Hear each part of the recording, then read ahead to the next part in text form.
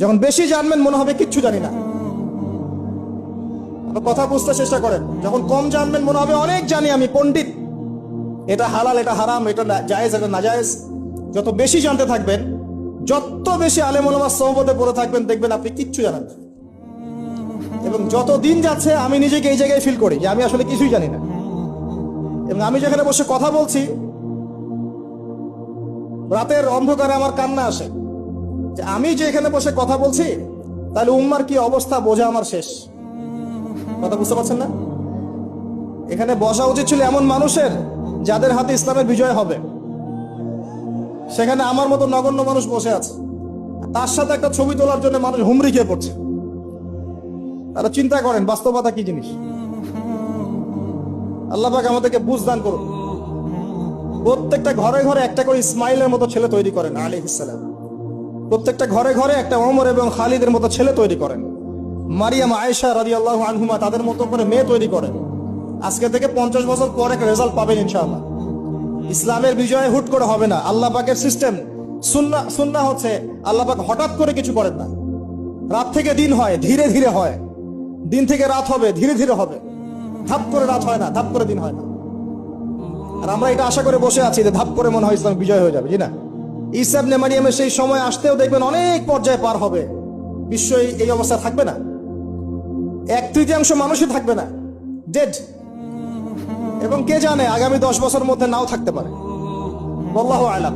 যা শুরু হয়েছে বিশ্বে, যারা আমাদেরকে হিউম্যানিটি শিখাতো, এক সময় মানবতা শিখাতো, এরাই দেখবেন এখন অমানবিক আচরণ করছে। এটা ওপেন সিক্রেট। যারা আমাদেরকে মানবতা ধ্বজাধারী হয়ে আমাদেরকে মানবতা শেখায়, আমরা যদি বাধ্য হয়ে কারো কাছে বহির্বিশ্বের কাছে ঋণ চাই, আমাদেরকে নিয়ে ঠাট্টা মশকরা করে। আর এগুলো এখন সব মিডিয়াতে আসে, আমাদেরকে কিছু মনেই করে না। অ্যারোগেন্ট জাতি এই পশ্চিমারা। আল্লাহ পাক এমন কলিউশন লাগিয়ে দিবেন যে ওরা আপোষে মারামারি করে শেষ হয়ে যাবে এটাকে নিয়ে। আল্লাহ পাক এমন কলিউশন লাগিয়ে দিবে যে পুরো ওই জায়গাটা ধসে যাবে। পৃথিবীর 3টা বড় বড় ভূমিকম্প বাকি আছে এখনো, তার মধ্যে একটা হবে পশ্চিমা বিশ্বে, আর একটা অবশ্য পূর্ব দিকে যেখানে আমরাও থাকি, আর একটা হচ্ছে আমাদের আমিরুল মুমিনিনদের দেশে, দুবাই আরব কন্টিনেন্ট। তারা আমাদের এখন আমিরুল মুমিনিন না, অনেক মানুষ তাই মনে করেন যে আরবিতে কথা বললেই আমিরুল মুমিনিন, কাবাঘর একটু ঘষা মজা করলেই আমিরুল মুমিনিন। সুবহানাল্লাহ। আপনি এক চোখ দিয়ে দেখেছেন, আপনার ভিতরে চোখ অন্ধ, নাকের ডগায় বসেই। এবং মুসলিমরা মেনেও নিবে সেগুলা, তার সাথে বন্ধুত্ব করে ফেলবে এবং সে ডমিনেট করবে পুরো আরব বিশ্বকে। চ্যালেঞ্জ করলাম, দেখে নিন ইনশাআল্লাহ। আপনি এখন অন্ধ। ইমামুল মেহদি যখন আসবে তখন দেখবেন তার উপরেই চাপ সৃষ্টি করা হবে। ইমামুল মাহদিকে নিঃসন্দেহে সন্ত্রাসী বলা হবে যদি ওই সময় মিডিয়াগুলো থাকে, এবং মুসলিমরাই এগুলো ঢোল পিটাবে, দেখে নিয়েন। এক শ্রেণীর মুসলিম বের হয়ে যাবে তখনও, যখন বলবে যে ইমামুল মাহদি খারেজি, এটাও বলবে। অপেক্ষা করতে থাকেন, জ্ঞান অর্জন করেন প্রিয় ভাই। হাদিসের কিতাবের কথা বলছিলাম, আগে বড় জায়গায় যায় না, মিশকাত শেষ করেন, আস্তে আস্তে ইবনে মাজাহ যান, তিরমিজিতে যান, আবু দাউদ পড়েন, নাসাই পড়েন, পরে যান বুখারী মুসলিমে। তখন কি ইনশাআল্লাহ আপনি বুঝতে পারবেন। আর এই পড়াশোনা করবেন কোথায়? একা একা? বাজার থেকে যাব, পাবলিকেশন থেকে বই কিনবো, আরবি ইবারত জবরজেদ পেশ দিয়ে আছে, পড়বো, বাংলা অনুবাদ করবো, মুফতি হয়ে যাবো, তাই নাকি? শুকরান। কে বলেছেন কথাটা? শুকরান। ওস্তাদ লাগবে, ওস্তাদ লাগবে, ওস্তাদ। আর ওস্তাদ খুঁজতে গিয়ে সাম্প্রদায়িক হয় না যে আমি এই মাযহাব ফলো করি, এই মাযহাবের বাইরে কোন ওস্তাদ নিব না, আমি এই দল করি, এই দলের বাইরে কোন ওস্তাদ নিব না। তখন কি হবে? আপনি দলীয় সাম্প্রদায়িকতায় চলে যাবেন। আপনিও তখন মুকাল্লিদ হবেন। মানুষকে মুকাল্লিদ বলছেন, আপনি নিজেও তো মুকাল্লিদ। একজন আলেম বই লিখেছেন, ধরেন আমার হাতে একটা বই আছে, নামাজ শিক্ষার বই, কথায় কথা। তো এখন এই বইটার মধ্যে তিনি কিছু দলিল দিয়েছেন, রেফারেন্স দিয়েছেন, নামাজকে সাবিত করেছেন, আপনি এখন সেটা ফলো করছেন। হাদিসের নাম্বারগুলো দেওয়া আছে, আপনি ফলো করছেন। ফলো করে বলছেন আমি গায়রে মুকাল্লিদ, তোমরা সবাই মুকাল্লিদ। এই যে বইটা তিনি লিখলেন, আপনি তো লেখককে ফলো করছেন। লেখক যা লিখেছেন তাই ফলো করছেন, অবশ্যই আপনিও তার মাযহাব মেনেছেন, তার মতকে মানেন নাই, মেনেছেন। নাকি আপনি প্রত্যেকটা হাদিসকে যাচাই বাছাই করে দেখেছেন কোনটা সহিহ কোনটা জয়ীফ? দেখেছেন? তাহলে আপনি তার মত মেনেছেন, আর মত তো মানতেই হচ্ছে। এই মতটুকু না মানলে তো আমি দিন বুঝতেই পারবো না, পারবো? আমরা কি সবাই স্কলার, মুস্তাহিদ? আমরা কি সবাই ইস্তেহাদ করার যোগ্যতা রাখি? তাহলে নিঃসন্দেহে এমন মানুষের কাছে যেতেই হবে যিনি ইস্তেহাদ করার যোগ্যতা রাখেন। তিনি যখন গবেষণা করে একটা ফতোয়া দিবেন, আমি সেই ফতোয়াটাকে সর্বোচ্চ আমার সাধ্যমতো মেলানোর চেষ্টা করতে পারি এবং অন্যান্য আলেমদের কাছে শরণাপন্ন হতে পারি যে আপনারা এটার ব্যাপারে কি মত দিচ্ছেন। কিন্তু আমাকে তো সাধারণ মানুষ হিসেবে আলেম ওলামার কাছে যেতেই হচ্ছে এবং মাযহাব মানতেই হচ্ছে। বিষয়টা এমন নয় যে আমি সরাসরি কোরআন সুন্নাহকে মানতে পারি। পারি কি? কোরআন এবং সুন্নাহর প্রত্যেকটা জিনিস বোঝার সরাসরি যোগ্যতা আমার আছে? যদি না থাকে তাহলে মাধ্যম লাগে না? এই মাধ্যমটা কি নাজায়েজ? এই জায়গায় তো আমরা সমস্যায় ভুগছি। নিজে নিজে পণ্ডিত হয়ে যাই আর নিজে নিজে বিভিন্ন দল উপদল খুলে বসে থাকি, মানুষকেও আহ্বান করতে থাকি, আর যে আমার আহ্বানে সাড়া দেয় না তাকে বলে দেই তুমি খারেজ। আল্লাহ পাক আমাদেরকে বোঝার তৌফিক দান করুন। উস্তাদ লাগবে, উস্তাদ। তৃতীয় জিনিসটা হচ্ছে আপনি পড়াশোনা করবেন আলেম ওলামার সোহবতে গিয়ে, এবং এই পড়াশোনাটা একা একা করতে পারবেন না। আপনি তাদের কাছে যাবেন, আরবির ক্লাসিক্যাল বইগুলো পড়বেন। এটা শুধু পড়ার জন্য নয়, বরং তাদের সোহবত থেকে, চরিত্র থেকে জ্ঞান শেখার জন্য। আমার কথাটা বোঝার চেষ্টা করেন। আপনি যখন একটা মানুষের সাথে ওঠা বসা করবেন, তার চরিত্র দেখে আপনি সুন্নত শিখতে পারবেন।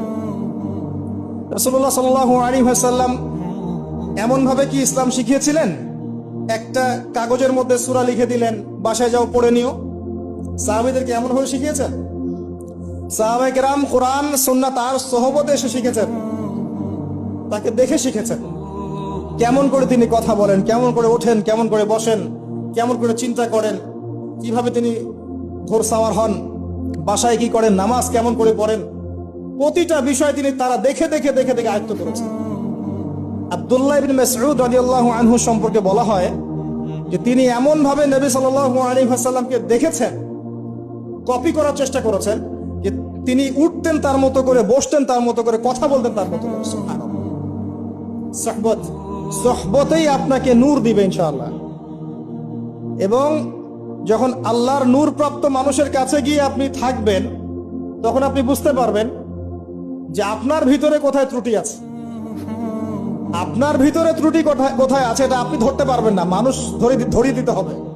এবং আল্লাহওয়ালা মানুষরা যদি ধরিয়ে দেয় এবং আপনি সংশোধন করে নেন, তখন আপনি সঠিক পথ পাবেন ইনশাআল্লাহ।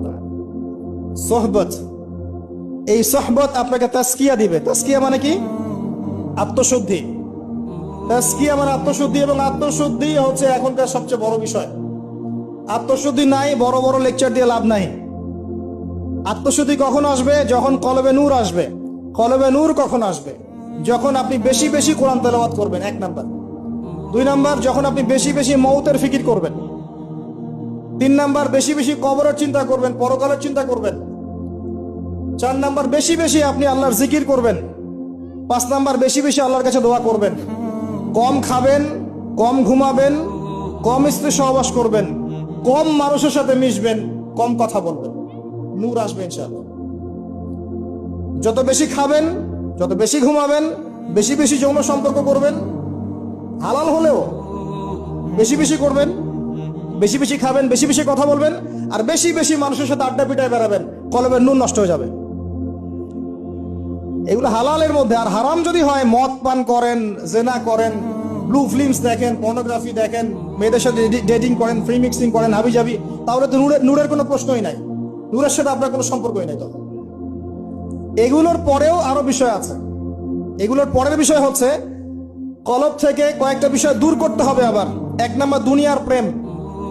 দুনিয়ার প্রেম দূর করতে হবে। দুনিয়াতে থাকতে হবে মুসাফিরের মতো। সকালে আছেন, সন্ধ্যার গ্যারান্টি নাই, সন্ধ্যায় আছেন, সকালের গ্যারান্টি নাই। দুনিয়াতে মুসাফিরের মতো। দুনিয়ার প্রেম দূর করতে হবে। 2 নাম্বার, মনের মধ্যে হিংসা রাখা যাবে না। কি রাখা যাবে না? যেটা রাখা আমাদের এখন ফরজ। এই হিংসা রাখা এখন মুসলিমদের ফরজ হয়ে গেছে। হিংসা না করলে পেটের ভাতটুকু হজম হয় না। কারো রাইজিং দেখলেই, একটু রাইজিং দেখলেই হিংসা। হিংসা রাখা যাবে না। 3 নাম্বার, আত্ম অহংকার রাখা যাবে না, ইগো রাখা যাবে না, লৌকিকতা রাখা যাবে না, রিয়া প্রদর্শন করা যাবে না, এবং ওই যে গীবত, তুহমত, অপবাদে যে অপসংস্কৃতি আছে এইগুলো থেকে দূরে থাকতে হবে। ইনশাআল্লাহ তাআলা আল্লাহর নূর আপনার কলবে আসবে ইনশাআল্লাহ। তখন ইনশাআল্লাহ তাআলা আপনি খিজির হবেন আলাইহিস সালাম, যে কিনা অনেক দূর পর্যন্ত দেখতে পারে, যা মূসা আলাইহিস সালাম পর্যন্ত পারেন নাই। সুবহানাল্লাহ। আসেন, এই খিদির আলাইহিস সালামকেই আল্লাহ পাক বলেছেন শেষ জামানার সবচেয়ে জ্ঞানী মানুষ। মানে জামানা না, পুরো ইউনিভার্সের সবচেয়ে জ্ঞানী মানুষ। মূসা আলাইহিস সালাম বলেছিলেন আমার চেয়ে জ্ঞানী কেউ নেই, আল্লাহ পাক বলেছেন খিদির আছে। শেষ জামানার সূরা আল কাহফ এর মধ্যে তার কথা আছে। এটা আপনাকে ডাইরেকশন দিচ্ছে, শেষ জামানায় যদি আপনি হকপন্থী হতে চান, আলোর সন্ধান পেতে চান, খিদির আলাইহিস সালামের মতো দূরদর্শিতা সম্পন্ন হতে হবে। আল্লাহ পাক তৌফিক দান করুন। হাদিসের বইগুলো পড়েন, ওস্তাদের কাছে গিয়ে শেখেন। এরপরে সোহবত। সোহবত আপনাকে আত্মশুদ্ধি দিবে। আত্মশুদ্ধির কিছু পথ পদ্ধতি বলে দিলাম। এখানে আমি একটা হাদিস বলবো, এই হাদিসটা খুব ভালো করে শোনেন। আল্লাহ রাব্বুল আলামিন বলেছেন হাদিসে কুদসি, যে আল্লাহ পাক যেগুলো ফরজ করেছেন, ওয়াজিব করেছেন, এগুলো যখন একজন বান্দা নিয়মিত করতে থাকে এবং এর সাথেও নফল কাজ করতে থাকে, আল্লাহ পাক সেই বান্দাকে ভালোবেসে ফেলেন। আল্লাহ পাক যখন কোনো বান্দাকে ভালোবাসেন, তাকে ডেকে নিয়ে আসেন, তাকে ডেকে নিয়ে বলেন, সরি, এই যে আপনি ওঠাউঠি করছেন, আমার কনসেন্ট্রেশন নষ্ট হচ্ছে। যখন আল্লাহ পাক কাউকে ভালোবাসেন, তখন জিবরাইল আলাইহিস সালামকে ডেকে নিয়ে আসেন। ডেকে নিয়ে এসে বলেন যে পৃথিবীতে অমুকের পুত্র অমুক, তাকে আমি ভালোবাসি, হে জিবরাইল তুমিও তাকে ভালোবাসো। এরপর জিবরাইল আলাইহিস সালাম তাকে ভালোবাসতে থাকেন এবং অন্যান্য মালায়েকাদেরকে ডেকে জিবরাইল আলাইহিস সালাম বলেন, আল্লাহ অমুককে ভালোবাসেন, আমিও তাকে ভালোবাসি, তোমরা সবাই তাকে ভালোবাসো। এরপর সমস্ত ফেরেশতারা তাকে ভালোবাসতে শুরু করে। এরপর ফেরেশতা মণ্ডলী পৃথিবীতে আসেন, এসে দুনিয়াবাসীকে উদ্দেশ্য করে বলেন যে অমুকের পুত্র অমুককে আল্লাহ ভালোবাসেন, জিবরাইল ভালোবাসে, আমরা ভালোবাসি, তোমরা সবাই তাকে ভালোবাসো। এরপর দুনিয়ার মানুষদের কাছে তার মর্যাদা বাড়িয়ে দেওয়া হয়, তার দিকে মানুষের মনকে ঘুরিয়ে দেওয়া হয় এবং তার প্রতি মানুষের ভালোবাসা সৃষ্টি করে দেওয়া হয়। আল্লাহ পাকের নূর যখন আপনার ভিতরে আসবে, ইনশাআল্লাহ দেখবেন আল্লাহ রাব্বুল আলামিন আপনার হাতে তার দ্বীনের পতাকা দিবেন ইনশাআল্লাহ আযজা ওয়া জাল। তাসকিয়া প্রয়োজন, তাসকিয়া না আসলে নূর আসবে না। লাভ নাই ভাই, প্রচুর ইবাদত বন্দেগী করে